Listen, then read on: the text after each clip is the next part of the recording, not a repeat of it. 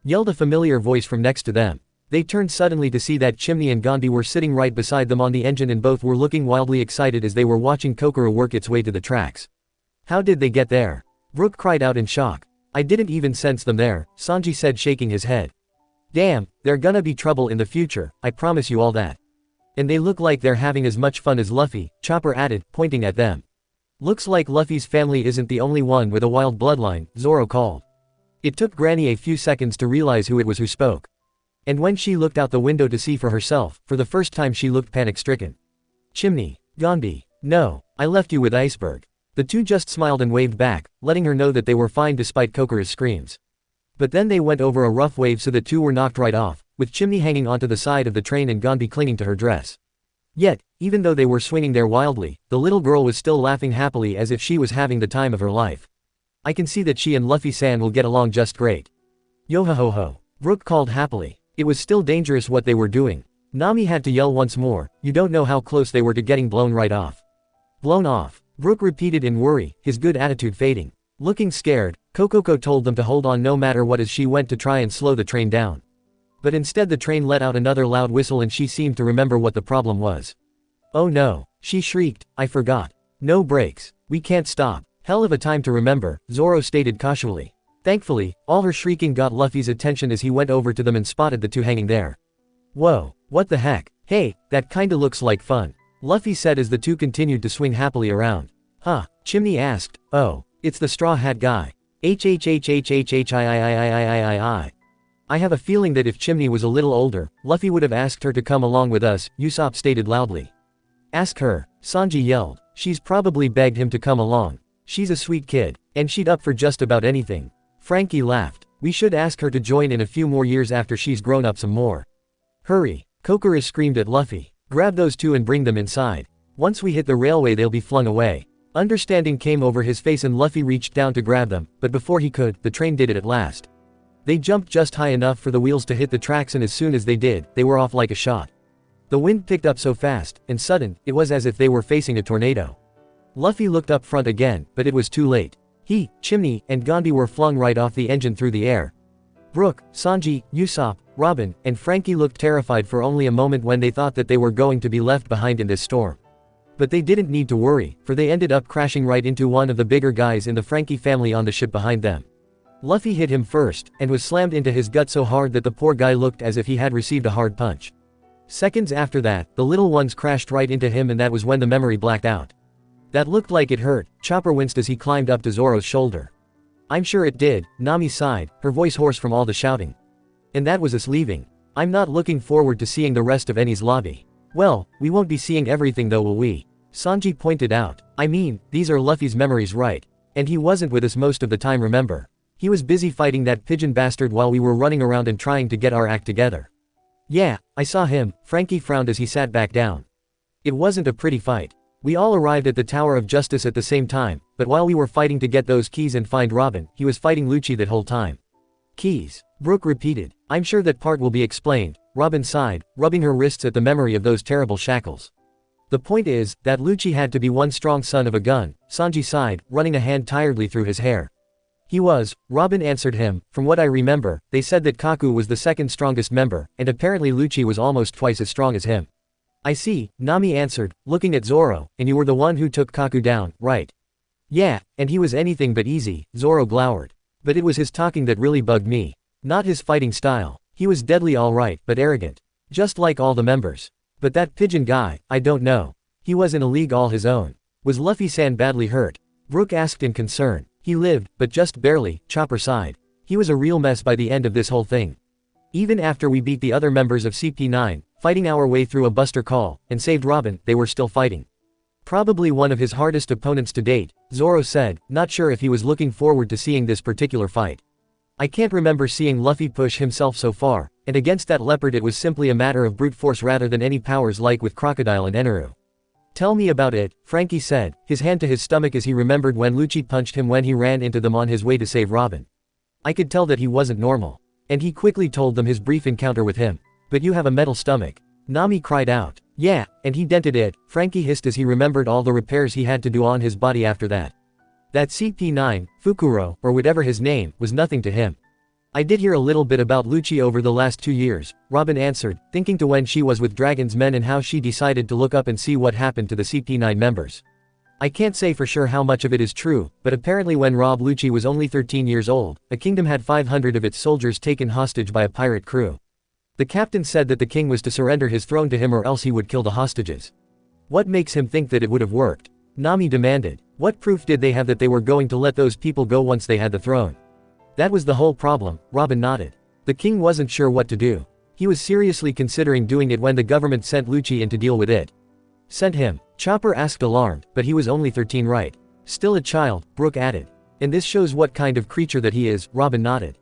For apparently, he infiltrated the prisoners as holding ground, killed all 500 of the hostages in the room before he killed the pirates, taking the captain's head during the process. Brooke and the weakling trio screamed in horror at that as the others stared at her.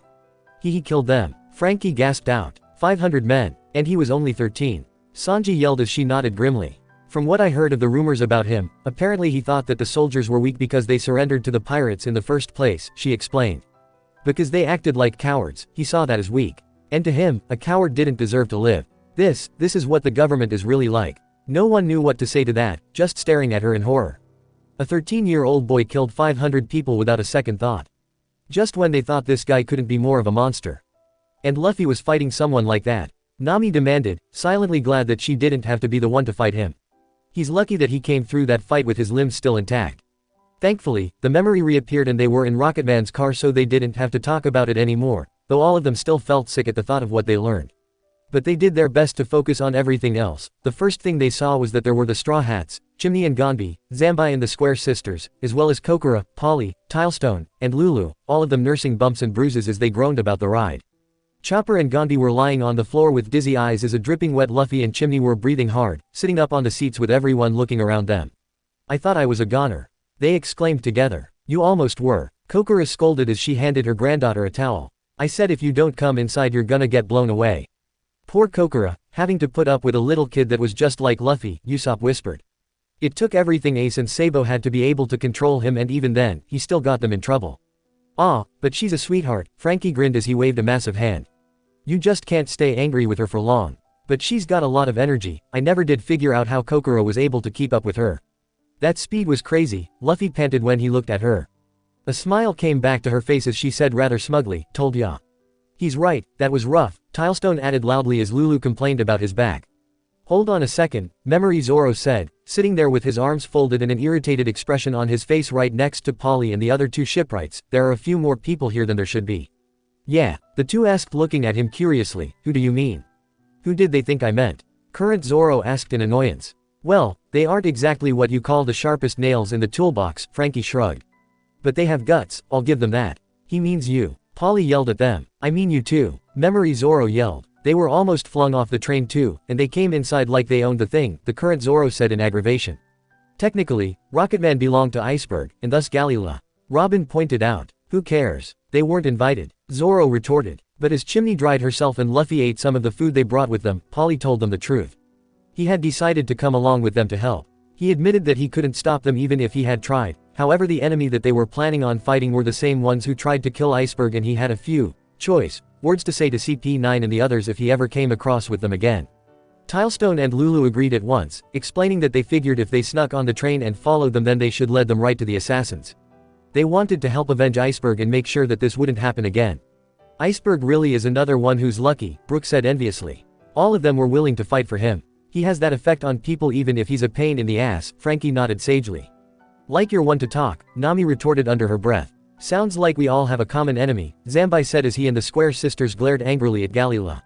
There's the same one who kidnapped our bro, Frankie. Yeah, Kiwi declared. He's right, no point in playing dumb. We know exactly who they are. Hey, Galila, Mozo added heatedly, if anything happens to him, it's gonna be on your shoulders.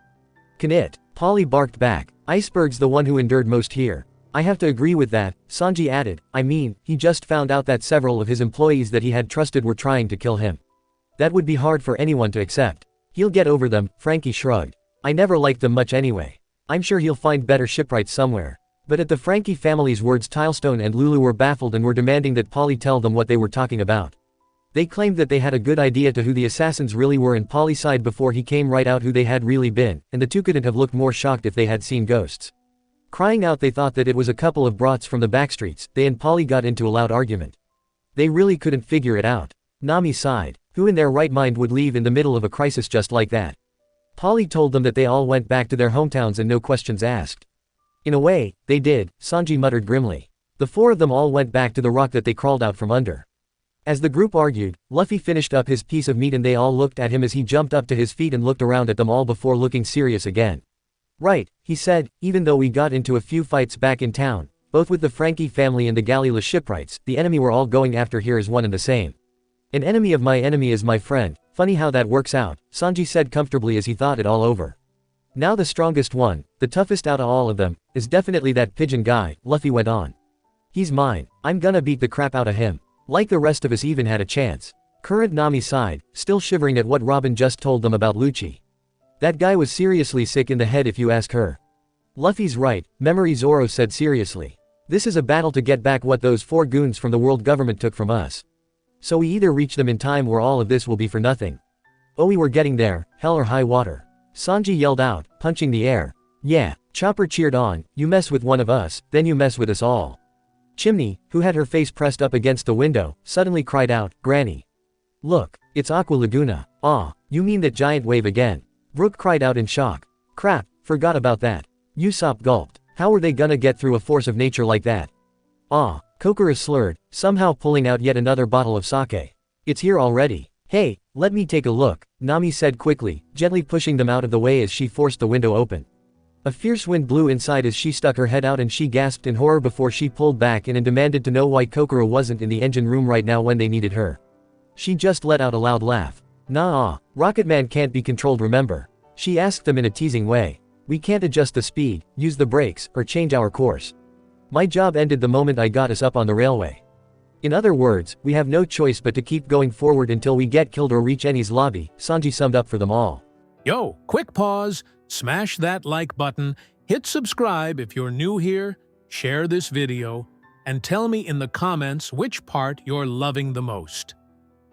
Sounds reasonable to me, Zoro shrugged. How is this reasonable? Nami yelled at him. What are you complaining about? We made it there, didn't we? He retorted. The train's lined up on the tracks, running at full speed, and there's nothing anybody can do to stop it. Kokura finished speaking before she went back to her drink. Memory Nami looked ready to cry as she looked to the others and said, hey. If we don't do something and fast, this train is gonna. But they ignored her for the moment. Luffy did something unusual for him. He stood in front of Zambai and Polly with his arm held out. Everybody on this train has the exact same goal, he said firmly. There's no point in fighting separately. If we want to kill each other, we can wait until after we take out CP9 and get everyone back, Frankie added brightly. That's all we ask, Zoro yawned. Yeah, Zambai said, reaching forward with Polly so that the three arms formed a triangle. From this point forward, we fight as one. Luffy declared. There are two more of my crew on that other train. Once we catch up to them, our fighting force will be even stronger. No duh. Sanji grinned proudly. Now he couldn't have been talking about you, Zoro countered and Sanji's eyes darkened. Did you say something, Moss Head? He snarled. Just telling it like it is, he answered back as they could hear the sounds of Sodom and Gomorrah cry out with fear at the incoming wave. Memory Zoro and the Square Sisters smirked at seeing the three of them making a truce as Memory Nami and Chopper looked on with worried, yet determined, expressions. Kokura, Chimney, and Gandhi were all smiling in excitement as they all came to an agreement. They were all in this mess together and they were going to make the government pay no matter what it took. Listen up, we're not gonna let that big wave beat us. Luffy declared loudly, we will achieve our goal. Let's go. All the present-day Straw Hats were silently impressed by Luffy here. He had always had amazing leadership skills, when it counted, that is. But this was a really good example of what he can do when he puts his mind to it, by bringing the three groups together by pointing out that they had a common enemy and should form an alliance to take back what they took was inspiring. You tell him, Luffy. Chopper cheered out as everyone let out cries of agreement and resolve. They all cheered before they all went running off, as if they had everything thought out and planned from the start. The Frankie family went running up top and they could hear them all beginning to shout out orders to attack Aqua Laguna. They're kidding, right? Frankie yelled. I mean, I know that they're good, but what makes them think that they can just blast a hole through water? It's not impossible, Zoro smirked, and when they all glanced at him, he ended up jumping up and going through the roof so that he could watch firsthand. The others looked up at where he disappeared with surprise on their faces before Memory Nami suddenly pulled out a transponder snail from inside her shirt, It was ringing, and when she answered it, it turns out that it was past Sanji on the other end. It was good to hear Sanji's voice, and hear that he was alright. Although it was hard to tell over the noise of the train, the rain, and what appeared to be shouting in the background, it sounded a great deal like Memory, Frankie and Usopp were with him. "Oh," the current Sanji said in understanding. "I know when this is happening. It's right after I found and recused you two morons from the baggage car. And where you kicked me in the face." Frankie yelled at him. "Hey, why not?" he asked with a shrug. "Just be happy that I untied you at all." But then again, the noise that they were making in the background was hardly better. The sounds of the cannons and the screaming going off was enough to make Memory Nami shout over it to make herself heard. Through all of this, Kokoro just laughed and continued drinking as she watched. "Ha ha," she laughed. "Yeah, good luck with that. By the way, the tracks do rise up a bit, but not enough to get us over that wave. Rocketman has done pretty well out here so far. But if we get hit, we're finished." "She's taking the fact that you might die very well," Robin said. "She's old, what does she care if she dies?" Zoro offered. "You're horrible," Nami yelled. But she wasn't the only one who was shouting. Memory Chopper screamed. "What? Does that mean we're all gonna die?" Kokoro laughed again. "No guarantees. I warned ya, didn't I?" It took a few seconds for that info to sink in before Chimney and Gondi before their eyes bugged out and she screamed, "What? I don't wanna die." "Should have thought of that before they followed you guys," Usopp said darkly. "Please, the worst thing they got from that whole thing were bloody noses," Frankie said, waving his arm. "I wish that we came through that lucky." But soon, the two of them and Chopper were all running around in the car in circles, screaming in panic until Memory Nami shouted at them to shut up while she was talking to Sanji. Once the three froze in their tracks, she tried to turn back to the transponder snail and went on. "So like I was just saying, we found out why Robin's with CP9. We're out here trying to follow her, but things are kinda crazy right now. It's a long story." "No kidding," Frankie muttered before he looked up and could hear the screams and the cannon fire getting worse and he couldn't take it anymore. The attacks they must have been dishing out were enough to shake the entire car and actually caused it to start cracking apart. If this kept up, then it could simply break and then they'd all be dead. He pulled himself up and through the roof to see for himself what was going on, and he yelled in shock at the wave that was coming towards them. The other present-day Straw Hats saw Memory, Zoro and Luffy head to the windows and were about to pull themselves up, so they decided to join the others up top. They pulled themselves through, and when they saw what was going on, Usopp, Brook, and Chopper all screamed in shock. They were up on the very front of the train with yet another large, black wave, like a great wall, heading towards them. Just how it was back at Water 7, a giant upsurge picked up and was directly over their heads so that they had to look up to get a good look at it. Right behind them the rest of the Frankie family was shooting cannon after cannon at it, trying to make some kind of dent, but nothing was working. "It's not as bad as the last one. But that can still kill everyone if you're hit with it." Usopp yelled in panic. "I'm glad that I was inside," Nami whispered, glad that she didn't have to see it all up close and panic like the others. "How were you guys going to get past that?" Brook cried out wildly. "Don't worry, we used a cannon," Zoro grinned. "This was gonna be good. But they aren't working," Usopp yelled, pointing back at the Frankie family. But before he could say anything else, Luffy and Memory Zoro both came up to stand right at the very front of the train. "Come on," Past Zoro shouted at them. "Keep those cannons firing. What are you guys planning on doing?" Polly shouted at them. Luffy just cracked his neck as Zoro pulled out his swords. "Same thing as you. Watch." "But how can swords or punches break through that wave?" Brook cried out anxiously. "Did you forget who you're sailing with, already?" Zoro smirked at him. "Hey," Luffy suddenly called to Zoro calmly, as if there wasn't a giant wave about to swallow them up and break them to pieces. "How much is 108 times 2? Why is he asking for a math problem now?" Usopp yelled out in frustration. It took several long seconds for Memory Zoro to finally answer. 216, he hollered back. "Good for you, you can do math. And here I thought that counting was something beyond you, Moss Head," Sanji called. "Wait for it," Zoro snarled back. "Just watch and be prepared to eat your words." 216 huh? Luffy repeated with a frown. "That's too long. Can't we round up or something?" "Round up? For what?" Nami yelled. "Fine, make it 300. Memory Zoro called back as if he honestly couldn't care less. They could all hear the others arguing about what to do behind them, but in the end, they all agreed to do what they told them no matter what, and they kept firing their cannons.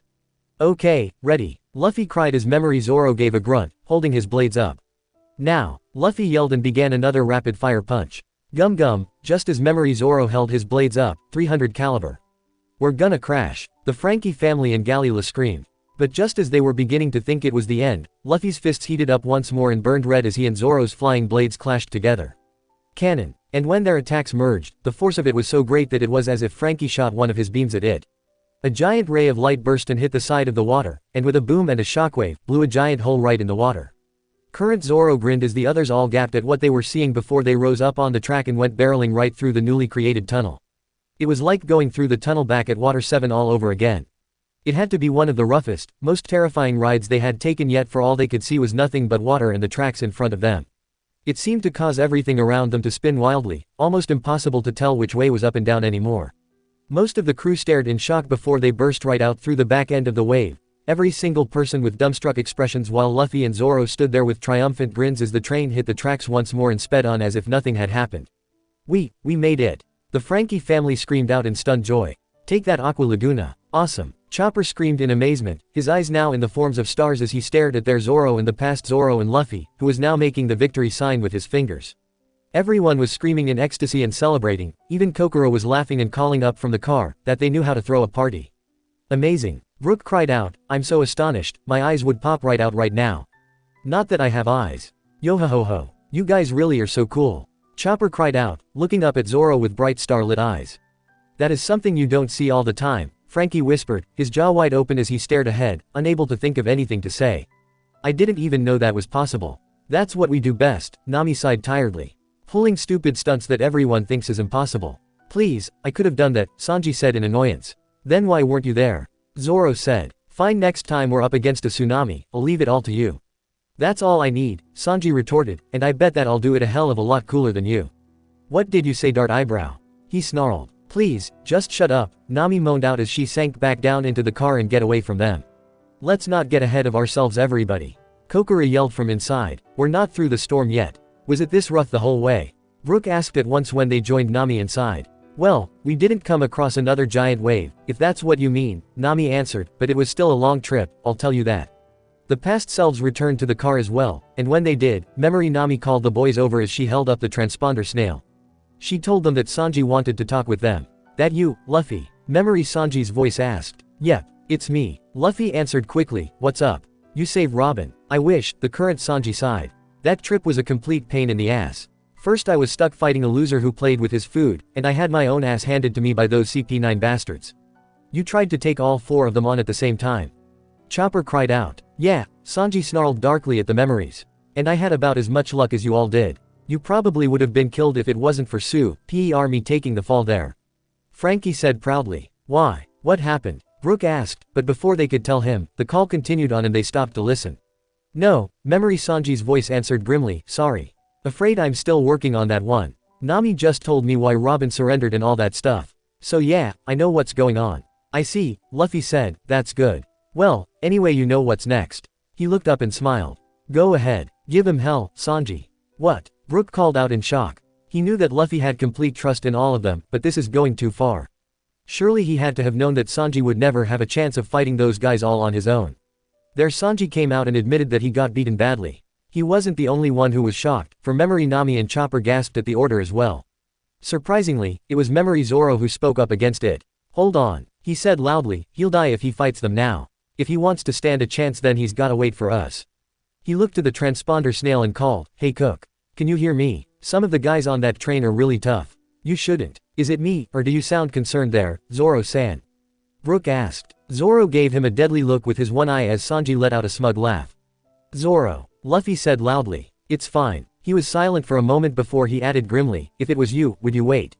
He knows all of us a little too well, doesn't he? Robin smiled, knowing the answer to that. Now usually, most of the crew just did what they wanted, with Luffy giving orders only when he has to.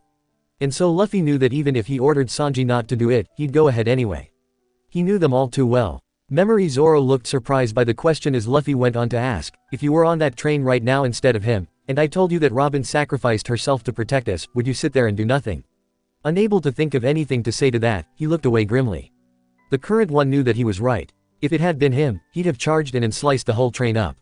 In fact, he probably should have been the one on that train. If he did cut it apart, then those devil fruit users could have drowned and saved them the grief of having to deal with them. Figures that Crap Cook couldn't do anything useful when you needed him. No use trying to stop him, Luffy said with a sigh. Read me like a book, past Sanji's voice spoke up and they could tell that he was smiling. But thanks Moss Head, I never knew you cared about me so much. I hope they kill you. He yelled in fury. I just didn't want you to die before I had a chance to kick your ass. The current one snapped at Sanji, who glared back. Please, even a 5-year-old could have beaten you. He yelled back. In that case, a 3-year-old could crush you. He hollered. Shut up already. Nami screamed at them, wishing that they could just grow up already. Anyway, that settles it. Memory Sanji's voice went on. I was willing to fight for Robin even before I knew the truth, but now that you told me how she really feels, I wouldn't stop even if you begged me. And they heard the sound of something breaking and the snail fell asleep. What happened? Robin asked in concern. This moron broke the damn thing, Frankie said, jerking his thumb at him. What? Sanji asked. It was dramatic. I wanted to talk with Luffy there. He answered back. What, did you expect me to interrupt? That's be rude. You're rude to begin with. He retorted. What were you going to say, Frankie? Robin asked curiously. Just that I decided to help them out, he answered with a shrug. To be honest, I always thought that you were some kind of evil monster, Robin. But it turns out that you have a soft side too. He started to tear up, you sacrificing everything for your crew. How could I not want to help? She laughed a little, not at all offended while Usopp looked down. He remembered that talk, how it felt like he was carrying around pounds of guilt on his shoulder. All he could do was sit there while Sanji and Frankie argued around him with a mixture of sadness, guilt, and self-anger. How could he have been so selfish? While he was causing all that stupid problems within the crew, Robin had decided to give herself for their sake. He just wanted to beat his head in and crawl under a rock or something at this point.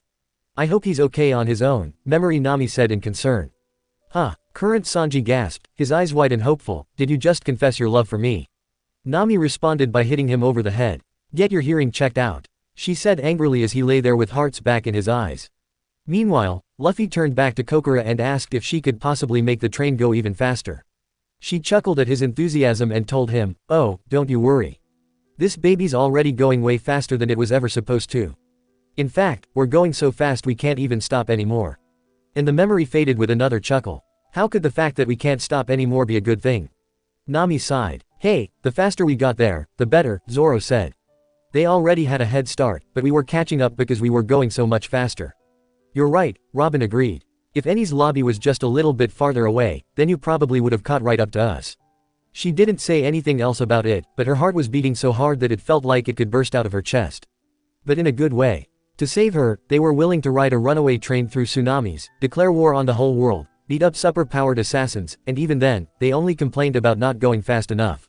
What did she do to deserve them, she wondered. Would have saved us a lot of trouble, Nami sighed, instead of wasting time running around a stupid tower and all that. So what happened with you and the others while you were on the Puffing Tom?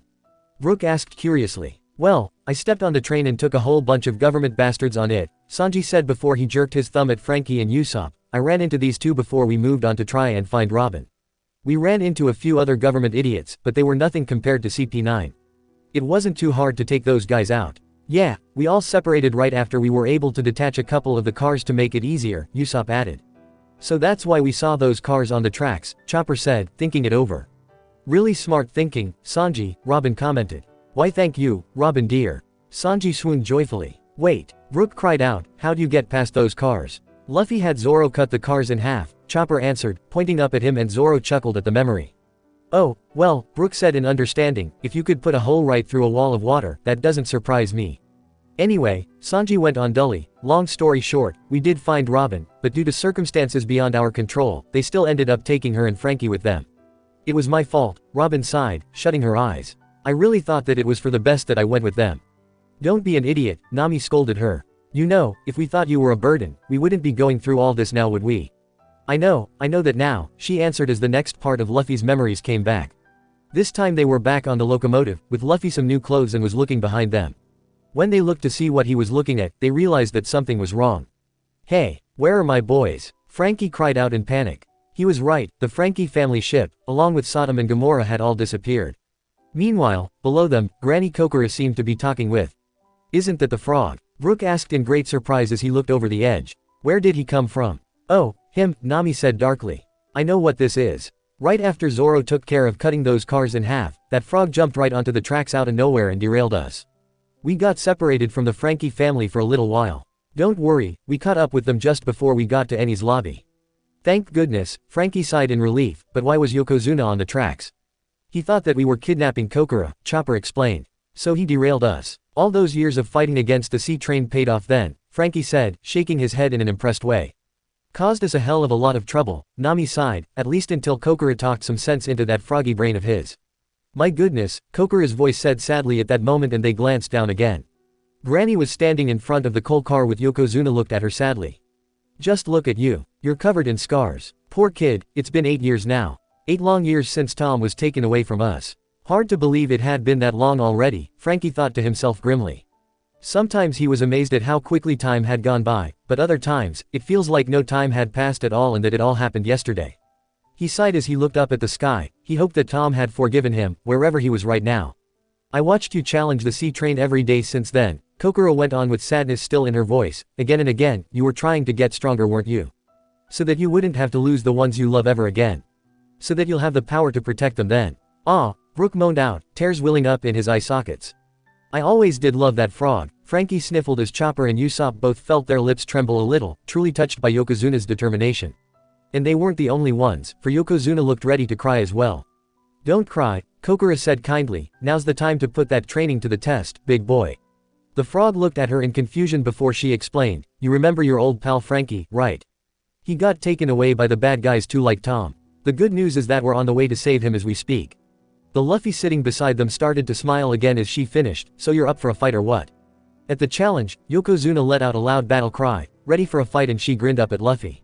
Hey Straw Hat, I think I found another friend for ya. Sounds good to me, he said, leaning over the edge to smile. Nice job, Monster Granny. Wait, or is it Frog Granny? You gotta tell me these things. I have to say she looks more like a frog than a human if you ask me, Zoro said. What is with you boys being so rude? Nami demanded hotly. So she wasn't as beautiful as young mermaids, she helped them out more times than they could count. But Kokoro didn't seem offended as she burst out laughing, telling him that he can call her whatever he liked as she went back inside. They watched her work at the wheel with Nami there as she tried to get Rocketman back on course. It didn't take them too long after that, maybe about 10 minutes for them to eventually find the Frankie family's ship and get back onto the tracks. After hooking them back onto the rear end of the train, they continued on as if nothing had happened. However, while they were separated, it turned out that the Frankie family found several more detached cars, and this time Sanji and Usopp had been on them. Or maybe they should say, Sniper King. Current Chopper was thrilled to see him again, but anyone else could see that it was just Usopp in a cape and mask. But no one said anything against it as Memory Chopper and Luffy were both with him, dancing and singing happily to a song that he had come up with. I wonder how Sniper King is doing after all this time, Chopper said watching them. I really hope that he's okay. Oh, I'm sure that he's just fine, Robin answered him, sounding close to laughing herself as the others all seemed to be unsure of what to say to that. Yeah, Usopp said firmly, he's a hero after all. I'm sure that he's out there somewhere, having his own adventures and all that.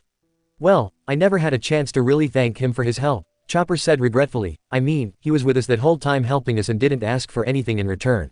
Usopp looked away again guiltily. Deep down, he knew that he was acting stupid here, but at the time he just couldn't face them. Robin sacrificed herself for all of them, while he was busy nursing his own hurt pride. He was just ashamed. She must have known that they were going to kill her, but she didn't care as she practically went to the gates of hell themselves. Yet what did he do? He picked a fight with their captain over a ship that couldn't be saved. He felt so much self-pity that he let it control him. He didn't care about anyone's pain but his own. He didn't try to fix anything, just ended up causing a stupid fight just to try to cover his own insecurity. He couldn't face them, he couldn't look them in the eye after all that happened, yet he just wanted to go and help her too. It was the best that he was able to come up with. Memory Sanji began to tell them what happened on the Puffing Tom. How they were able to get Robin back and disconnected the train cars thanks to Frankie, who sacrificed himself for them. But Robin still went back with them willingly, how she seemed to have just given up the will to fight. CP9 told them that they had threatened to use a weapon known as the Buster Call if Robin didn't go with them peacefully. A weapon that destroyed Robin's homeland Ohara 20 years ago. 5 vice admirals and 10 battleships, and she was the only survivor, just 8 years old at the time, and she had been on the run from the government since then.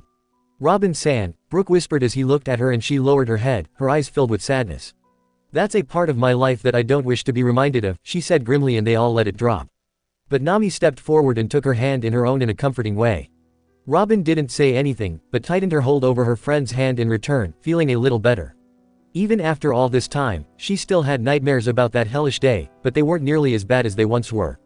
These days she had happier memories to drown out the tragedy. So there you have it, Memory Sanji sighed at last. Those CP9 guys are controlling Robin by using her childhood fears against her. I'm not making excuses for not being able to save her, he added, giving a harsh look to past Zoro. I just wanted to make it clear that even if we march in and try to get her back, it doesn't necessarily mean that she'll be willing to return to us. Well, too bad, present-day Nami said, you were one of us and we look after our own. Yeah, that's right, Chopper agreed loudly, we weren't going to let them take you away. I guess it's lucky for me that I have such stubborn friends, huh? Robin smiled at them. As much as I would like to tell you otherwise, we're all stuck with each other, Zoro yawned. He looked at Sanji. I know that it's tragic, but we just have to live with it. Why are you looking at me? Sanji demanded coldly. We're all forced to suffer with looking at your face every day. And we're all stuck with having to eat your bad cooking, Zoro countered, and the two were at it again, legs and swords clashing against each other and the sounds of yelling going on. They didn't even bother to try and break them apart as they looked on, with everyone trying to come to grips with Sanji's words. All but one, however. None of that matters. I won't stand for this. Luffy screamed out loudly with Chopper right by his side. Damn Robin. The words were barely out of his mouth when Memory Nami hit him hard over the head with her new, and improved, weapon. It's not her fault. No, actually it was, Robin informed her. You didn't ask for any of this to happen. She shot back. If there was anyone to blame, then it's the government. So don't even begin to think that you were responsible. Just blame everything on Spanda, Frankie offered reasonably. Works for me. Of course it is Nami. Luffy countered, glaring at her. Why doesn't she want us to rescue her? It doesn't make sense. She doesn't want to feel responsible for the awful things that will happen to our crew once we do. She yelled at him angrily, a flash of sadness in her eyes at the very thought. I don't know why you suddenly felt like everything that happened to us was suddenly your fault, Usopp added to Robin. Bad things happen to us all the time. But the world government only came after you because. She began, but Zoro clapped a hand on her shoulder. Did you forget that me and Luffy both had bounties on our heads? He asked her. They were going to come after us sooner or later. Even if you weren't with us, it was only gonna be a matter of time before they saw us as threats too. Yes, she said with a little nod, and feeling a little better. I suppose you're right. I don't care about that. Luffy yelled, if we don't rescue her she's gonna be killed, isn't she? There's no way she wants to die, so we're gonna save her. Well, of course she doesn't want to die. Memory Nami yelled as he turned to march away, but still. I don't know why I bother trying to explain things to him anymore, present-day Nami sighed. He doesn't even listen. Then again, that usually works out for us, doesn't it? Let it go, past Zoro grunted from behind her. This doesn't change what we have to do. She gave him an annoyed look as she glanced back at him, and he finished, we'll save her either way. I'm gonna beat up every last one of them. Luffy promised as he worked out his arm. I have a new move I wanna try. Right, this was where he came up with his second gear, wasn't it? Usopp said, thinking back. Not only that, but his third gear as well, Robin added, before she glanced back at the other two members of the monster trio and asked, and didn't you two develop new techniques as well? Zoro nodded. My 9-sword style, Ashura. And the far superior Diable Hambi, Sanji said. So you set yourself on fire. How's that helpful? Zoro demanded. And you can grow extra heads, Sanji snapped back. How is having more moss heads around a good thing? How do you guys do that anyway? Chopper asked them in amazement. I'm sure that we can let them brag about it later, Nami interrupted just as her past self smiled at Luffy's retreating form. Well, the current one knew that though Luffy could be a lot of talk, he always came through sooner or later, even if he practically killed himself for it. She would have to have a word with him about that sooner or later. Before anything else could be said, Polly called them over after he finished drawing something on a piece of a paper. He told them that he came to this island once before to do some maintenance work on the railway, and he drew this from what he could remember. It looked like a decent sketch of the island, surrounded by the gate and several buildings as well as an area inside that was drawn black. The Gate of Justices are located at the back of the island. The only way to get to them is through the Tower of Law, Polly explained, pointing to several parts of the drawing. What's that black thing? Luffy asked, pointing at it in confusion. It represents the waterfall, Polly answered, and they all looked confused, Brook included. How can there be a waterfall like that here? He asked in misunderstanding. I don't know how it works, Sanji stated, but I'm sure you'll get a good look at it once we get inside. How that's even possible, I don't know, so don't bother to ask. Brook wasn't sure if he liked that answer and was about to press on when Polly continued, if we don't rescue Frankie and Nico Robin before they pass through the main gate into the Gates of Justice, then that's it. It's over. Why's that? Luffy asked angrily. Doesn't matter where they take her to. We just keep on fighting them until we get her back. I explained this before we left Water 7, remember? Memory Nami said when she sat next to him with a frown on her face. Hey, wait a minute, Current Sanji said, noticing her clothes for the first time. Nami Swan, when did you change your clothes? On the way here, she answered as if it was obvious. Does that mean that you changed in the car? He asked, his entire frame freezing up. What other choice did I have? She asked irritably, there was only one car. You mean everyone here saw you change? Sanji roared out. And I missed it. As pervy as ever, Usopp whispered and Chopper nodded firmly besides him. And Luffy-san didn't put that part in. Brook cried out before he sighed. Such a shame. I would have loved to have seen your panties, Nami-san. And she had hit both of them hard over the heads again. Shut up. She yelled at them, silently grateful that Luffy didn't add that part of the memory in for these two losers. Besides, I charged anyone who did see me 100,000 berries each. So deal with it. Her past self had been explaining that once they passed the gate, the only places they could go were Navy headquarters or Impel Down prison. She made sure to tell them all that no matter what happened, they had to get Robin back before they went through those gates or all this would be for nothing. Yep, pretty much, Polly agreed with her. On top of that, even if we all rush the island at the same time, the only ones capable of going up against those CP9 guys are you Straw Hats. After seeing what you can do, I know how strong you guys are. That's why I think you should stay behind once we get there. Give us 5 minutes and then charge through to the main island with Rocketman. He shouldn't even have suggested it, Nami sighed, as she glanced at Luffy's serious expression. He probably did it just because he didn't want to wait around any longer than he had to.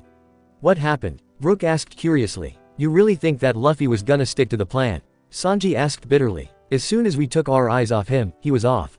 Damn, do we have to keep him chained up or something? Sometimes I wonder, Usopp sighed. The Frankie family and Galila will go in first and break open the main gate and the main island front gate so that the train can get through, Zambai added with his arms folded. I'm sure we'll suffer a lot of causalities, but remember, once you're in, keep going no matter what. Don't look back. Did any of the Frankie family die? Brook asked them fearfully. A lot of them were badly injured, but no one was actually killed, Chopper answered at once. Sodom and Gomorrah were the ones in the worst shape. Gomorrah went temporarily blind for a while. But if they let his eyes rest, he should have recovered. That was a relief, Frankie sighed, knowing that he couldn't have forgiven himself if his men or his sisters got hurt because of him. He was still planning on going back to Water 7 someday and give them all a piece of his mind for that stunt.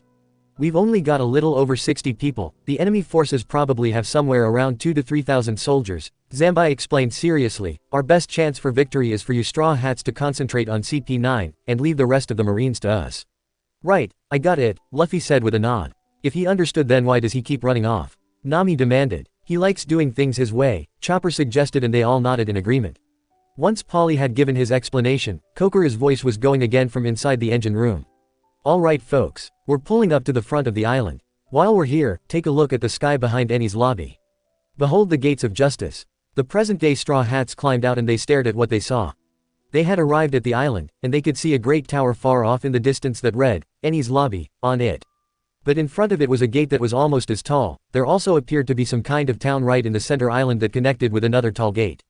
They are large white marble buildings, with what seemed to be jade green squares on the sides, surrounded by thin gold lines. The green was also on the top of some of the buildings, such as the courthouse.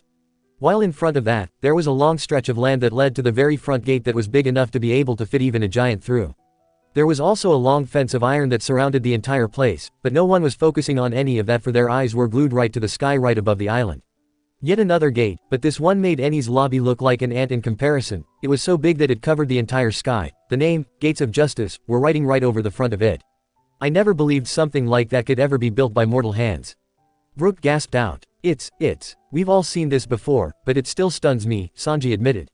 And if Impel Down and Navy HQ or anything like it, then I guess that they each have a gate just like this one. I can't help but wonder how they were able to get it done. However they did it, I'm guessing that it wasn't cheap, Frankie said. Wait, Brooks said suddenly, looking around at the sky. It's day already. It took you all night to get here. No, it's pretty early in the morning actually, Nami said, look behind us. He did, and when he saw the dark sky in the distance he gasped. But how? I never did find that out, Robin answered him with a smile, but it's never night here on this particular island. But after everything we've seen and experienced while being on the Grand Line, is there really such a thing as impossible anymore? It's not a good idea to open them all the way, Kokura's voice went on. When it's time to send a criminal through they only unlatch them enough to let them pass. Behind that gate are some big sea kings. That part of the sea is a lot like the Calm Belt. An eerie body of water cutting right through the Grand Line. No normal ship would dare to sail there, they'd be lost forever. I don't know how they managed to do it, but somehow the Navy figure a way to make it through safely. I think that the government figured out there was some kind of special current, Nami informed them as they continued to get closer to the island. Now right beside the great building, since sea prism stone radiates the sea, they lined the bottom of their ships with the stuff to trick the Sea Kings into thinking that nothing's there. But I still don't know how it was possible to make it so that there are only those two places to go to. Yeah, but sea prism stone isn't exactly light, Frankie pointed out. Too much of the stuff could easily sink their ships, and not only that but it costs them speed. They move a hell of a lot slower. And I don't know how they were able to get so much of the stone to line their battleship bottoms. Maybe, Robin commented, but being able to move through places like the Calm Belt makes up for speed. I still don't see why they get so many awesome toys, Usopp frowned. Not to worry, Frankie bragged, I've come up with plenty of new weapons for you to try out when we get back. Really? Usopp and Chopper gasped out eagerly. The women shook their heads as most of the boys dreamed of all the amazing things that Frankie had planned for them as they turned back to Kokoro, who had just spoken. In other words, it's like the pirate girl said, you can't take back a criminal once they pass through those gates. Any chance of a rescue has to happen before those gates open. Go. Hop to it. There's no time to lose. Oh, I guess that Luffy thought that was his cue, Chopper said as the window below them opened and Luffy was already climbing out and right on top of the locomotive. Maybe, Nami sighed, but I personally think that he just didn't want to wait any longer. And like she had said, Luffy grabbed onto the railing before he rocketed right off the Rocketman and was now speeding onwards to the island. As impatient as always, Robin said fondly. Yes, he wouldn't be Luffy if he didn't do things like that, Sanji offered. Rubbery bastard. Yo-ho-ho-ho. I can't wait to see how this all turns out. Brook said eagerly. To see you save Robin-san and fight CP9. I simply cannot wait. I really wish that we could see all our fights, Sanji sighed, sure that if Robin and Nami could see that, they'd be impressed for sure. You mean how you were turned into a soap doll? Chopper asked curiously and a muscle was going in Sanji's head. Wait, what? Zoro asked, looking over at them as Sanji grabbed hold of Chopper and was giving him a threatening glare, who had frozen was shaking like a leaf. This moron couldn't fight against Khalifa because he can't hit women, Nami sighed in annoyance. The worst possible match-up, Usopp whispered. Well, it wasn't like I planned on finding her. Sanji retorted, I was hoping to find one of the others and beat the crap out of them. And I did in the end, didn't I? That damn wolf never saw what hit him. What wolf? Brook asked. You haven't seen him yet, Usopp explained, but there are at least 3 guys with Zone Devil Fruit powers. They are. Later. Frankie yelled as Luffy was now clinging to the steel fence, and was pulling back slightly, ready to go flying off a second time. They glided right after Luffy when he rocketed up to the next gate, flying right over most of the into the second gate, right up to the flagpole at the very top of it. How long did that take him? Nami asked, a muscle going in her forehead. Less than a minute more or less, Robin offered helpfully. And after all the hell we had to go through to get even to that shitty gate. Sanji yelled in frustration. Damn, I could kill him sometimes. All he had to do was fly over there. Maybe we all should have just gone charging in and taken all those marines too, Zoro stated. Like hell, Nami hissed as they glided right next to Luffy, who was holding onto the flagpole and looking around in amazement. They saw what had caught his attention. Deep in the very center of the island was a large waterfall, one big enough to swallow the entire island. How this was possible, none of them knew. It was as if someone had drilled a hole right in the middle of the sea itself. It was as if the entire island was floating in the air, surrounded by a deep moat that no one could hope to ever cross. And way at the very back, was the Tower of Justice. What a huge hole. It looks like the island's floating or something. Luffy exclaimed in amazement. I see a town too. He was right. It seemed to be a rather plain town compared to the gates. In the center part of the island, in the center of the black void of the waterfall, contained rather boring-looking brown buildings that appeared to be made of clay or another such similar material, each one unique and some taller than others.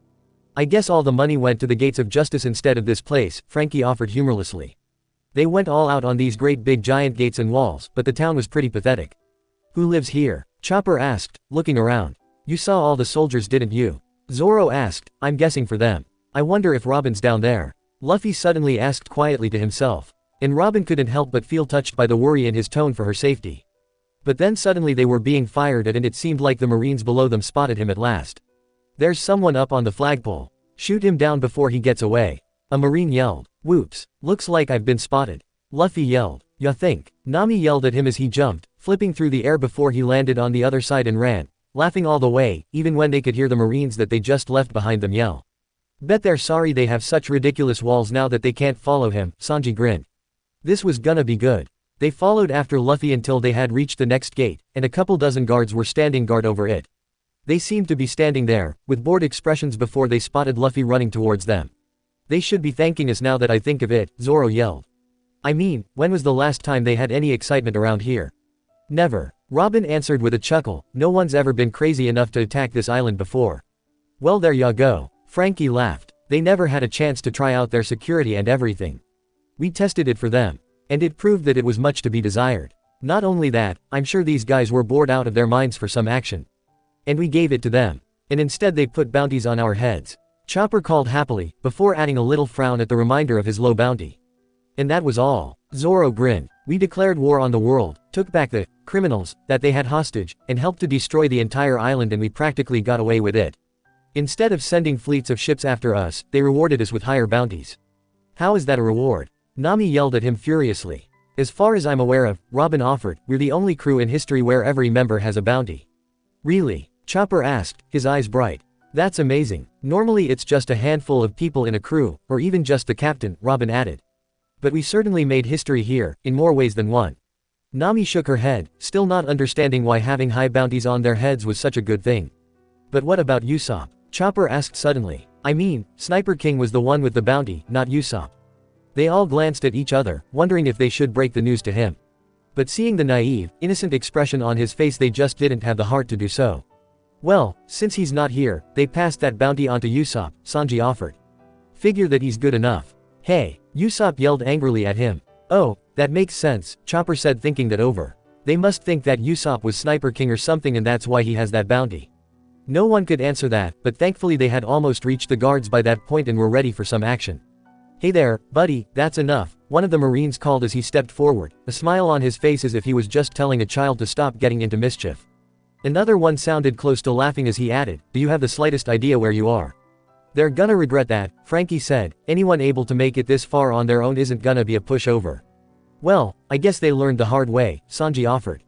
Not that I completely blame them. Luffy doesn't look that dangerous. First appearances are often deceiving, Robin commented with a nod. Luffy ignored them all as he jumped up and stretched out his legs so that he kicked their faces, taking them out almost at once. Ow, Brook winced. My face hurts just looking.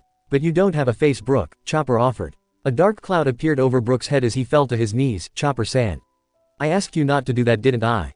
That's my thing. Grow up, Nami yelled as the Marines all began to yell and snapped to attention. But it was far too late. Even if they knew who he was from the start, they didn't stand a chance. Luffy was taking them all out, throwing them around as if they were stacks of flour. Where's Robin? He demanded while ducking underneath one of the larger guys before kicking his ass as well. Tell me where Robin is right now. I highly doubt that they'll tell you if you keep beating them up, Luffy. Usopp called, but he didn't sound too broken up about it. Not much point, we know that they're taking you to the gates of justice, Nami added to their Robin, who nodded grimly at the memory. Luffy ended up taking out the first wave of people, but the second wave had just come up. Surprisingly, Luffy walked right up to them and bowed his head politely before he asked. Sorry to bother you, but could you let me pass? I think that's the first time he's ever shown any real manners, Sanji sighed. Oh sure, he's polite to them, but never at meal times. I don't think that asking them to move before beating them up isn't exactly polite, Nami pointed out, but she couldn't stop giggle at this. The gesture seemed to work in ticking the Marines off, however. One of them looked ready to start breathing fire in rage. Even if you ask nicely, you're still an intruder. And he charged with his spear aimed directly at Luffy, in no means no. Apparently this was what Luffy was waiting for. He jumped right over the weapon and said, fair enough. But I warn you, be prepared for a fight. And by stretching out his arms and legs, he hung on piggyback while taking control of the man's own limbs. Now Gum Gum, ally robot. Frankie and Brook burst out laughing when they saw what was going on. Luffy was now controlling the man's body, using his own arms and legs to beat up the other Marines. That is one mean thing to do, Usopp said, not sure if he should laugh or not. I love it. Frankie laughed, it's just brilliant. I should try something like that sometime. After taking out a few of the Marines, a couple ran behind him and tried to stab him in the back. But at the last second, Luffy let go of the Marine and jumped up so that they ended stabbing their own friend instead. Poor guy, Usopp said sympathetically. Luffy had landed those two, knocking their heads together with his feet before he went back to fighting all the others. But he must have realized that he was taking a long time, for he jumped onto one of their heads and was able to leap up so that he grabbed hold of the two large rings that resembled door knockers on the front of the gate. Hanging there like a fly on the wall before he looked down and called happily, I'm in a hurry. But you'll have more people to fight later. See ya. And without another word, rocketed himself up and out of sight, even with all the men yelling and complaining behind him. Now why is it that he can get through this so easily while we're stuck fighting? Nami demanded. No wonder he got to the stupid courthouse before we did. He's sure taking out the Marines here, Chopper said excitedly. And he was right, for as they walked right through the door, they went off to watch Luffy taking out, literally hundreds of Marines at a time. He showed no mercy no matter who he was going against, each attack that he dished out took out several dozen at a time. Now Gum Gum, Gatling. Now Gum Gum Whip, Bell, Hammer, Bazooka, Gum Gum, Stamp. He's taking everyone out, Brook cried out in amazement. He's so cool. Chopper cheered, jumping up and down and yelling out all sorts of stuff as Luffy continued to run through the town and took out everyone in his sights. He once grabbed a tree and pulled it along to him, scooping up at least 100 Marines before he crushed them as well. He however seemed to be growing more impatient with every person he took out, and was even resorting to destroying parts of the city to try and escape. They were short on time here. Damn, why is fighting Marines always like fighting cockroaches? Zoro asked in annoyance. They're not strong, but when you take out one, 5 more take its place. I'm not surprised, Robin answered. I heard them say that there were around 10,000 soldiers. Dang, no wonder, Sanji frowned, but now we can take out an army of 100,000 these days. You know, if we were that strong then, they wouldn't have stood a chance. Well, if they do try something like that, we know that we can march in and kick ass with no problems, Zoro offered. Maybe, but we're in the new world, don't forget, Robin answered, they are bound to be harder than ever before. Wonderful, Usopp whimpered at the idea. It seemed to take forever, but finally, Luffy was able to evade them enough to jump up into a tree and hung on tightly to the trunk as he tried to get his breath back.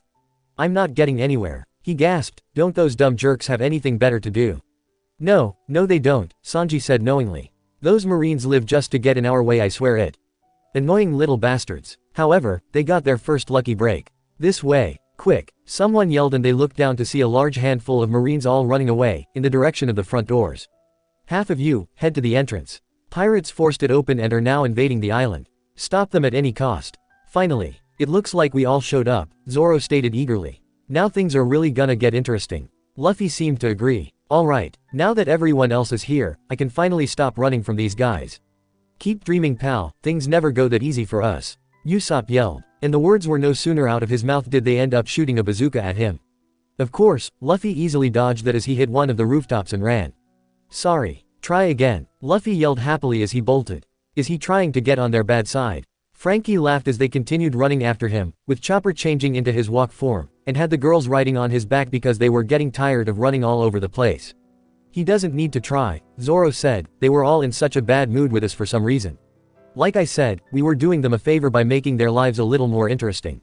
They should be thanking us. Well, none of this would have happened if they didn't mess with us in the first place, Sanji said as Luffy jumped down to the streets. Kidnapping a beautiful lady, that's a lethal offense in my book. Ah, they're back, Chopper yelled, and when they turned around, they saw that he was right.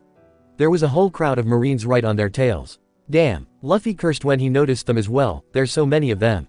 There's no end to these stupid Marines. As he looked ahead, they saw bitterly that another mob of Marines were running towards them. They boxed me in, Luffy cried. He's heading your way. There he is. Capture him. Don't let him go any further. Can't these guys just shut up? Sanji yelled in frustration. They're becoming pains in my ass. They're persistent, I'll give them that. I need to find out where they're holding Robin and fast. Luffy yelled out to himself, but I can't keep looking with these guys in the way. But then he spotted an alleyway and took his chance by running down it. They saw that it led to a dead end, but this actually worked in Luffy's favor. All he had to do was stretch his arm up and rocket it up to the roof. Just when they thought that he lost them, the Marines were hot on his tail, using each other to jump right up to follow him. Whoa, what the heck? Luffy cried out when they joined him on the roof. These guys are really stubborn. No kidding, they don't know when to give up. Nami yelled in agreement. Go away, Chopper yelled. You won't escape this time. One of the Marines yelled. This is the end of the road for you. Another shouted confidently. They're kidding, right? Usopp asked with some more sweat drop around his head. Haven't they been watching? Guess not, Zoro shrugged. Fine, I'll get there in one shot. Luffy answered looking over in the direction of the tower and stretched his arm, and they all knew what he was going to do next. Just as the Marines were on him, he was sent flying right out of their grasp so that they ended up in a giant dog pile on that roof. See ya, he yelled back happily, and they all laughed as they heard one of the Marines shout out, damn. I hate that guy. Off they went, following him all the way to the courthouse roof, hanging onto the edge for a few minutes as he caught his breath. They could hear the Marines all yelling below them, trying to find him before Luffy was able to pull himself up at long last. Wish I could fly around like that, Chopper said enviously. You're fine the way you are, Nami said before she looked to Robin and asked, but you can fly too, can't you? Not for long, she admitted, I can only keep those me aloft for only a few seconds. Over the last 2 years, I can go about a minute now.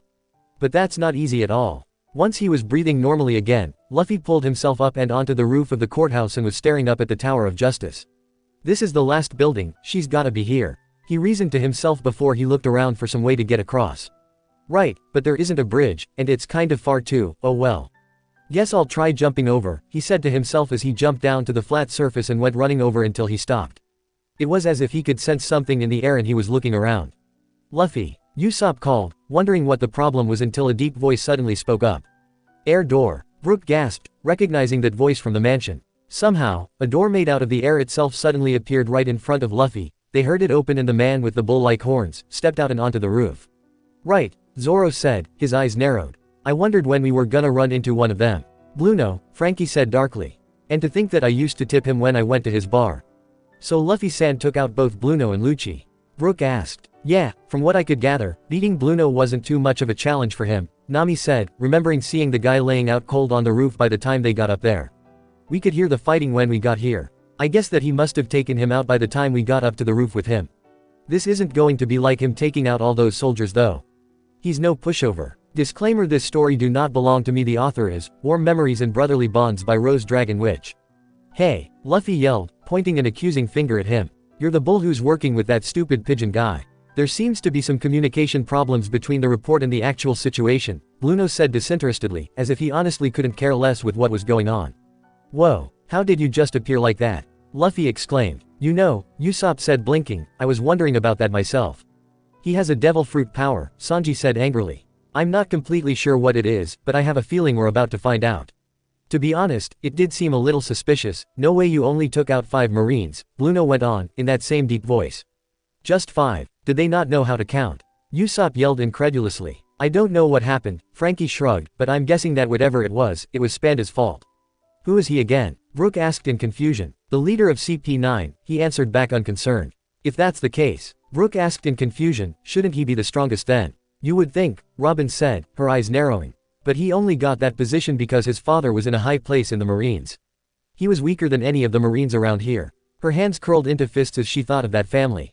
Monsters, both of them. She only wished she saw the resemblance earlier. She was a fool for not noticing it. Robin, Chopper asked in worry before she blinked and gave her head a little shake.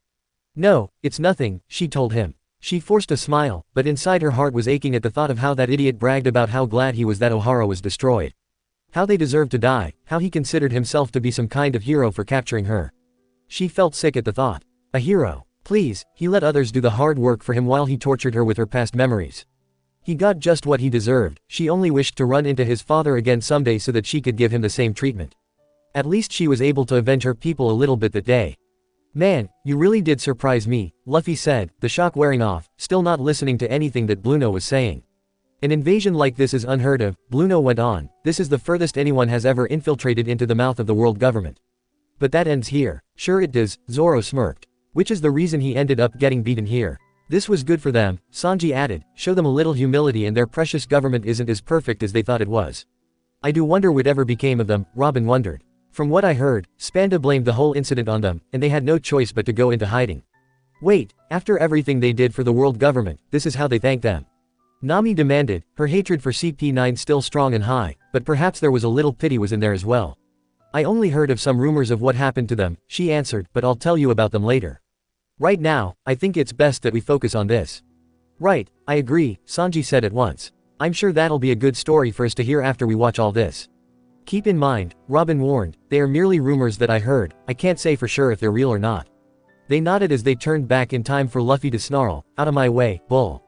Bluno didn't show any emotion as he asked, as if challenging him, tell me, how long do you plan to keep fighting? Luffy stood there for a moment before he looked up and answered predictably, until I die. They all couldn't help but smile at those words, though Bluno didn't seem impressed by that. So Robin's in that building behind you, huh? Luffy went on asking, though it sounded more like a statement than a question, out of my way, bull guy. Listen boy, perhaps you haven't realized this, Bluno stated, but what you're doing right now is nothing short of a world-class crime. Oh, we know, Zoro said, we just don't care. And even if we didn't know, it's too late to turn back by this point, Usopp pointed out. Luffy looked confused by what he said before he asked, just get to the point already. The power of the world government stretches across more than 170 nations, Bluno elaborated, this island is a symbol of our strength and resolve. Attacking it is not simply an act of rebellion, but a declaration of war against every country in our alliance. We are bound by our honor to strike you down. Honor? What honor do you losers possibly have? Frankie demanded hotly. You will not only face a merciless death, but serve as an example to the entire world. Bluno finished explaining, you're at most a few dozen men, you should have thought this out more carefully. But that's what we do, Sanji said with a shrug, charge in without thinking. Yo-ho-ho-ho, it's a fine life, and you live to the fullest here. Brook added happily, we are all pirates naturally.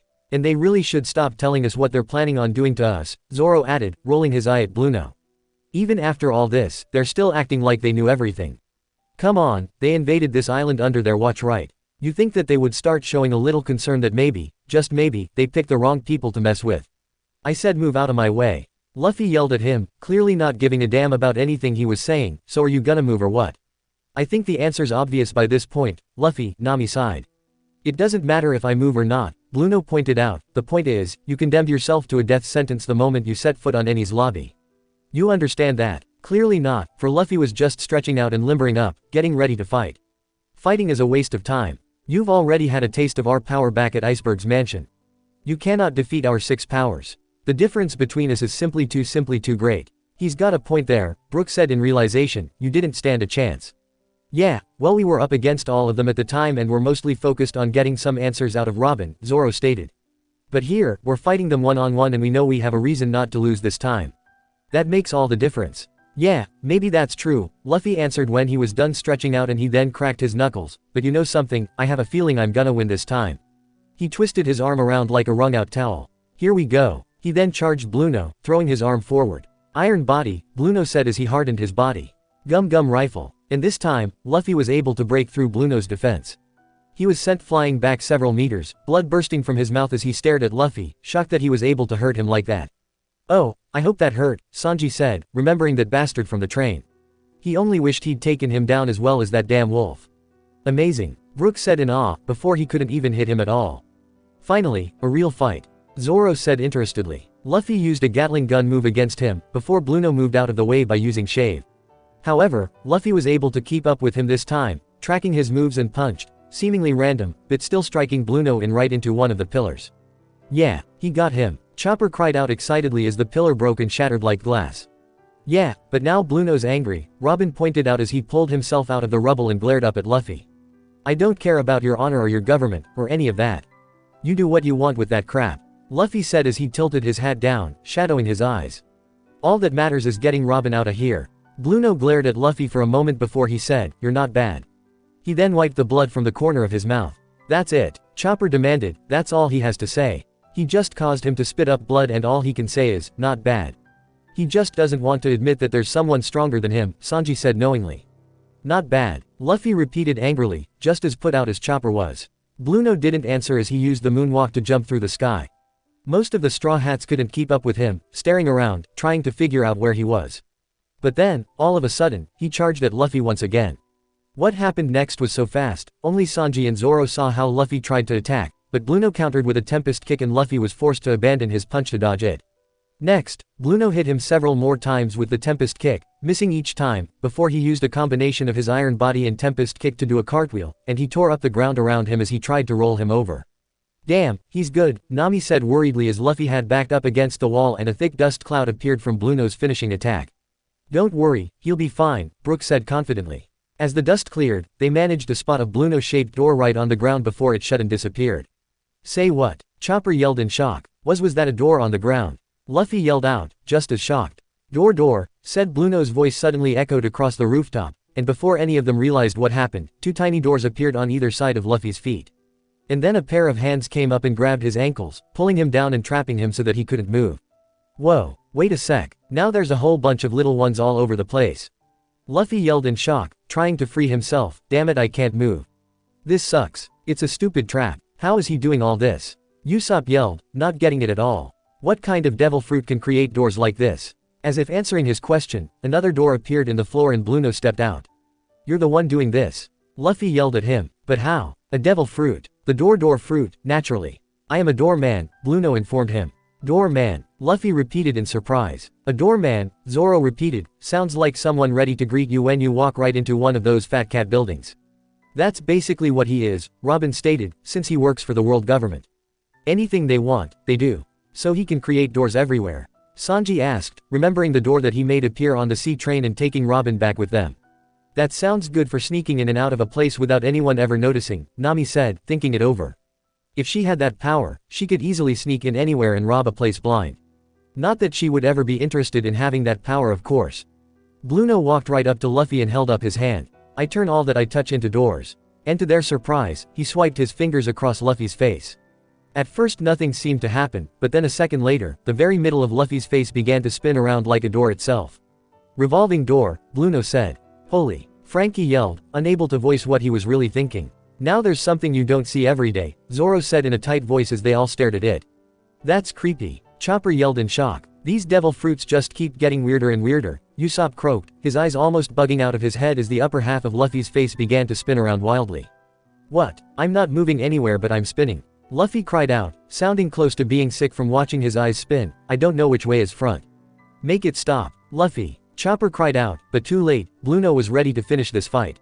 Tempest kick. At first, it looked like Luffy was sunk. The attack came flying at him, but then Luffy punched the ground around him so that the roof collapsed and he fell through so that he just barely missed the wind. Clever, Zoro stated, having seen the whole thing. What happened? Usopp cried. I hate not being able to use haki. You just have to watch, Sanji said. We do, but you guys can see things we can't. Chopper cried out in frustration. And Zoro's half blind anyway. Usopp added bitterly. It only took a few more minutes before the smoke cleared so that they could see Blueno standing in front of the crater, looking around. There wasn't a body, so he must have known that Luffy wasn't dead just yet. And like a groundhog popping out of the ground, Luffy reappeared, his face back to normal and he held onto his head as he got back up.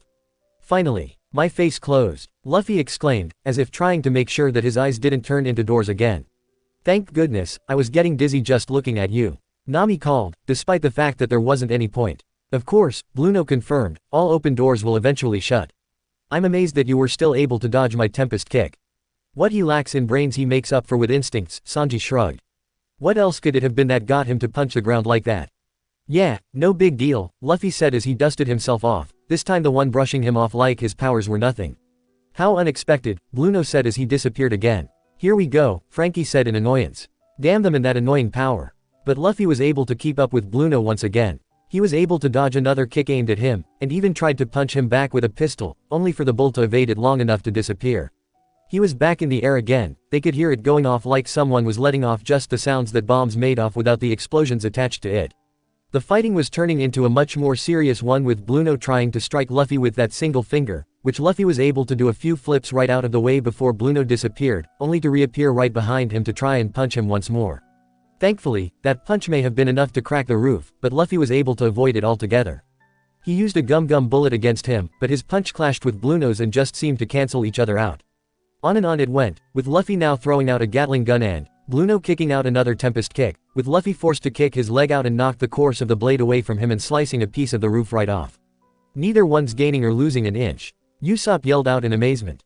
That's because they're both pretty much even, Robin said. Luffy will have to get creative if he wants to win. To their surprise however, Luffy was suddenly smiling. It's no good, he said. What's no good? Chopper cried out, and even Blueno looked surprised by his words. I can't stay like this. It won't work, Luffy went on. When I lost to Aokiji, I realized something. I said to myself, you keep running into guys who are stronger and stronger. And unless you can get stronger, you can't protect your friends. That's true, Zoro agreed. I mean, the moment that we entered the Grand Line, we've been fighting strong sons of bitches, and the further along we travel, the stronger they get. And now we're here in the New World. If we tried to enter this place 2 years ago without all this training, then we'd be sunk a long time ago, Brook said anxiously. I guess us getting separated in these last years of training were like a blessing in disguise, Nami said quietly. Blessing? Sanji yelled, do you have any idea where I was? How are we supposed to know? You never wanna talk about it. Usopp pointed out. Sanji glared at him. Like hell he'd tell them about his time with those damn Okamas. Mosshead would never let him hear the end of it. That all depends on what you mean by blessing, Zoro stated darkly. For Luffy, going through a war and losing his brother was the farthest thing from his mind from a blessing. It still made him sick to his stomach to think about the kind of torture he must have gone through while they were all off on some stupid islands dealing with some useless crap. And now that he thought of it, once they were down watching Enies lobby, they were sure to move on to the memories of Thriller Bark, and then Sabayati. There wasn't much time left. And that cowardly little memory monster was still hiding in a memory somewhere until they found it. They had to get through this as quickly as possible, they had to get that thing down to that hole in the ground and hope that they can find some way to deal with it fast. Though a part of him wanted to know, he didn't think that this was something they should witness. He was about to say this to the others, but Luffy was speaking again. And I want to. They're not all strong like me. But either way they're my friends and I want to keep them, Luffy proclaimed. So I have to get stronger than anyone else. Otherwise there's a chance I could lose them. Usopp gulped, looking down at his feet, as a selfish part of him wondered if Luffy was thinking about him as well. Ever since he was young, he wanted to get strong, Brook whispered softly. Because he knows what it feels like to lose someone he cares about and doesn't want anything like that to happen again, Robin answered softly. Then what are you gonna do? Blueno asked, curiosity in his tone. I thought of a new way to fight with all my might, Luffy answered as he moved his body around so that he was in a horse stance, which meant that he was going to use that.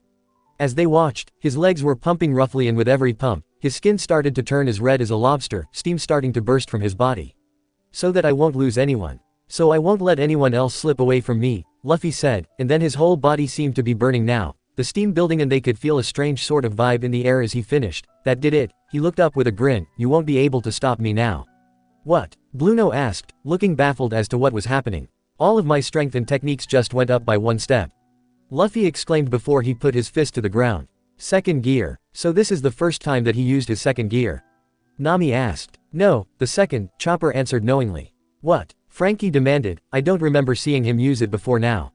We didn't see that memory, but Luffy used this power once before. I remember him telling me about it. Chopper said, see, it was back when we fought Ratchet, remember? Ratchet, Nami repeated with a frown as she thought back to where she heard that name before. I remember. During a storm, we found a wrecked ship with a treasure chest. But when we opened it, there was an old woman who was hiding in it to escape the storm. Usopp cried out. What? Brook gasped out. I know, not much of a trade-off if you ask me, Nami said in frustration. She told us the story about a golden crown on her home island that she'd let us have if we took her home. And Luffy, naturally, believes her. A golden crown, Frankie whispered. Sounds like a super trade to me. Yeah, well, to make a long story short, we took the old lady home, Usopp said. She told us that the island was called Mecha Island, and any pirates who were dumb enough to get close set off some kind of robots that fire arrows at us. That's one hell of a way to welcome someone, Frankie said darkly. Anyway, Robin answered, the island's leader, Ratchet, ended up damaging the Mary's sail, so we were stuck on the island for a while trying to fix it. Luffy wanted to go look for the crown and Ratchet wanted to use us to help him the treasure. And did you find it? Brook asked excitedly. In a sense, Robin explained, it turns out that the island that we were on was actually the back of a giant turtle. A turtle? Frankie and Brook cried out. That's what I said when I found out, Usopp whispered, shaking his head at the memory of how big that thing was. Remember the giant sea turtle that ate our salvage ship before we went to Sky Island? That's a lot like what it was, only bigger. My goodness, Brook said in wonder. But what does any of this have to do with Luffy-san using second gear? Ratchet wanted to use the turtle to take over the world at that time, Chopper said angrily. Luffy told me what happened after we got the Mary fixed and left. He told me that he was fighting Ratchet, and he accidentally ended up tapping into some serious power. Ratchet had some kind of machine and was fighting against Luffy with it, and Luffy said that while he was trying to hold it back, he suddenly got a power boost and he hadn't been able to figure out what happened. He told you that? Zoro asked in surprise. Chopper nodded. I looked him over after that fight and he wasn't too badly injured. All this happened after we left Omatsuri, and I was worried about Luffy pushing himself too hard after we found him all hurt and everything. They all felt the now familiar stab of guilt in them at the memories of what really happened on that stinking island before Chopper felt brave enough to go on. And while I was giving him a checkup, he told me what happened against that fight. So Luffy's second gear was actually an accident? Frankie asked, because some nutjob thought that if he could control a giant turtle he could take over the world. What kind of drug was he on? Well, it looks like that stupid adventure wasn't a waste of time after all, Sanji sighed. But Chopper frowned at that, wondering if he should tell them about what the second gear's bad side effects were. He was glad when Frankie changed the subject. Did you ever find the crown? Yeah, Nami said regretfully. It turns out that the turtle wakes up every 1,000 years or so to lay eggs, and the eggshells are made of pure gold. We had part of a broken shell, but then she looked ready to cry. As she fell to her knees, a dark cloud of despair over her head, it sank. Gloomy, they all whispered as they watched her. But Blueno interrupted them once again, not looking impressed. Gear, your techniques have changed. Are you supposed to be a steam engine? You're certainly starting to test my patience. Don't worry, you'll be out soon, Zoro said, hoping Luffy took this guy out quickly. This guy was giving him a headache. Luffy slowly lifted his head and smiled right back at Blueno. You know, the truth is, I'm glad that I met you guys when I did. What? Chopper asked, startled. He means that he's glad that he has a good excuse to get stronger, Zoro translated as Blueno raised his eyebrow, clearly not understanding what he was talking about. Luffy grinned, because, thanks to you, I won't ever lose my friends. No one could think of anything to say to that, all of them strangely touched by Luffy's determination, but they all knew now that there were still plenty of people out there who were much stronger than they were. They all had a long way to go before they could become the strongest crew out there. But they were all determined to make it to that stage sooner or later. After all, they were all going to be the crew of the future Pirate King, right? I don't understand, Blueno asked him darkly. I think you got it backwards. Aren't you gonna lose one of your friends because you met us? I knew you were foolish, but now you're just uttering nonsense. You sure you didn't hit your head? Oh, I'm sure he's hit his head plenty of times, Nami said knowingly, but he's perfectly sane, just for this moment however. Luffy grinned as he moved out, his hand held up, ready to fire. Gum gum, he began before Blueno disappeared again, taunting him by asking how good his aim was. He regretted that. Alright. Jet pistol. Luffy yelled, and that last attack hit so hard and fast that most of them missed it once again. But it nailed Blueno just perfectly, sending the bull-headed freak back as if he had just been blasted by a mortar, limp and lifeless before he crashed to the ground, the force actually making the entire building shake. Bet he can't say that was not bad. Sanji laughed. Serves the bastard right. Blueno forced himself to sit up, staring around with a dumbstruck expression, but Luffy had disappeared. And then, out nowhere, Luffy slugged Blueno in the face and sent him flying once more, and just like last time, when he glanced back at Luffy, he disappeared. He's using their own move against them. Chopper cheered. That's what you get when you show off what you can do to your enemy and then let them live to tell the tale, Zoro stated calmly, but there was a satisfied smirk on his face. Riffle! Cried out Luffy's face, and the next thing that they knew was that Luffy struck Blueno again, and blood burst from his mouth. He had to have felt that one. He was sent flying, but Luffy appeared right above him and gave him a hard punch in the gut before he went spinning away through the air, head over heels before he landed and vanished. Blueno was looking freaked out as he tried to make sense of what was going on. In fact, they almost felt bad for the guy at how helpless he was. Luffy really did turn the tables on him this time. Luffy hit him again, but Blueno was starting to keep up, regaining his footing, but was too slow to do anything else. Luffy jumped from a flagpole and kicked down, gum, stamp. He pummeled him right into the concrete. And spear, he cried out, using both his feet to nail him in the back before stretching out his hands and grabbing him by his horn-like hair. Missile, he screamed, and he brought himself down, crashing right through the stone, and a smoke cloud appeared. Damn, this isn't even a contest anymore. Frankie yelled, cheering him on. I knew that Luffy's second gear was strong, but I didn't think it made such a difference. Nami gasped. He could just barely keep up with Blueno before, but now it's like nothing. Finally, Blueno used another air door to disappear. Running away now are we? Usopp bragged. What do you know? He wasn't so tough after all. I doubt that he'd give up that easily, Robin said. He could appear at any time. And if he touches Luffy again, he can turn him into a door and he wouldn't be able to move. After that, another Tempest kick could finish him off. Just cut his head off, neat and clean. Robin, please don't say that, Nami said as Chopper and Brook screamed at the idea of someone beheading Luffy. But that's probably what the bull bastard is thinking of, Sanji stated darkly. He's just waiting for his chance to attack. And if Luffy lets his guard down, he's had it. Blueno's not gonna let him go that easily after all this. They all waited with Luffy, looking around, trying to figure out what would happen next. And finally, they heard Blueno's voice, and spotted the door appearing just above Luffy's head, door. And Blueno appeared, stretching his arms out to grab hold of him, but Luffy sensed him and jumped back, just barely avoiding him. Damn idiot, stop making us worry about you. Sanji yelled as Blueno did a few flips and landed on his feet from the momentum. When we fought before and it looked like you were disappearing, you were really kicking your feet 10 or 20 times a second, Luffy stated before he smiled. I got the hang of it too. But I never would have figured something like that out on my own. Like I said, I really am glad that I met you guys. When my friends are in trouble, I'll be able to use your tricks to protect them. So that's it, Frankie said, impressed. How'd he see that? Usopp cried out, I mean, you have to watch, Sanji said. It's the same thing with my skywalk. I just kick over 10 times in an instant and I'm able to run through the air. But knowing how the tricks work is one thing, pulling them off is another. I guess, Luffy had the potential to use this kind of ability from the start for him to master it so quickly. Luffy threw both of his arms back, and they've seen this move enough times to have a good idea to what he was doing. Blueno didn't even bother to try to move as Luffy cried out his attack. Gum, jet bazooka. Iron body. It was hard to say what happened for a moment. Luffy hit Blueno dead on right in the chest, and was forced to slide back several feet, but remained standing. Damn, Usopp cursed, and I thought for sure that would finish him off. He's tougher than we thought, Nami said angrily. Come on Luffy. You can do better than that. Luffy also seemed startled by seeing Blueno still up, his eyes wide and a rather mad smile on his face. Just then, Luffy's second gear faded as he added, you sure are tough, aren't you? Alright then, I was gonna save it, but I've got an even better trick. Don't blink. He put his thumb into his mouth and bit down. I call this. But before he could even finish speaking, something happened. Blueno's eyes suddenly rolled into the back of his head and he fell hard onto the ground and lay there limply. They all stared ahead at what just happened, unsure of what to do or even say. What just happened? Nami croaked out. He passed out on his feet with his eyes open. Zoro answered, now that is dedication.